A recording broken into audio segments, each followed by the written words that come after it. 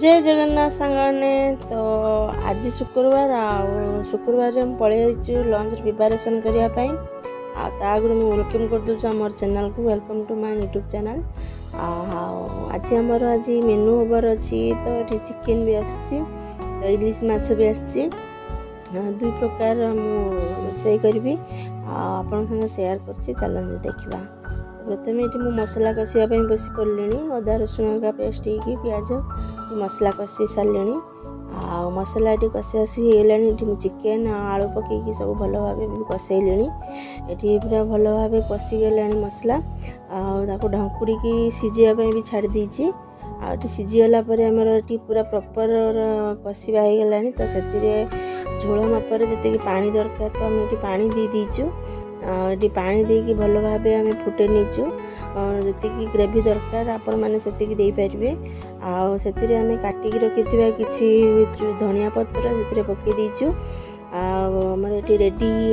लाल लाल पूरा चिकेन झोल आपर आम ये माछर प्रिपरेशन करूँ तो माछर झाल बनइबू तो आगुरी आम माछ को भल भाव लुण हल्दी पकई गोलई दीचु कढ़ारे भी तेल ताती गलानी तो आम गोटे गोटे कर भाजबू माछ को जो माछ आम झाल करूँ तो अल्प भाजबू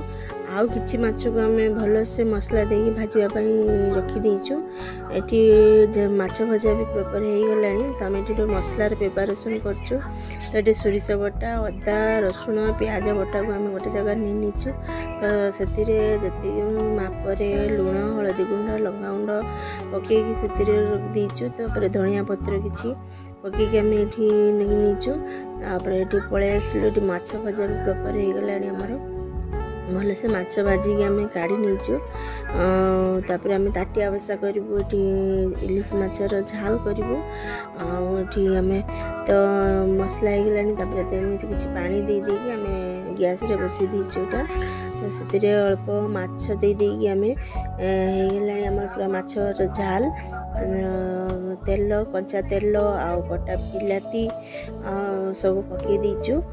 पकई देकी एक ढाँकी दीचु तो हो सी आम झाल तापर आम पुआ बसी पड़ी खावाई सी स्कूल आसिक बसी पड़ा तापर आम भी ये समस्ते बसी पड़चु खावाई ये आम बसी पड़चु तो आम ये भात सहित आमर चिकेन झोलटे होती सालेड काकुड़ी बिलात मिसिकी बिलाती मिसिकी सालेड होती आम माछर झाल आठ माछ भजा आम जो तेल काढ़ी रखी इलिश माछर तेल को आम भात गोल खाइचु तो बहुत टेस्ट लगे आपण मैंने कौन खाली जनइबे रही जय जगन्नाथ।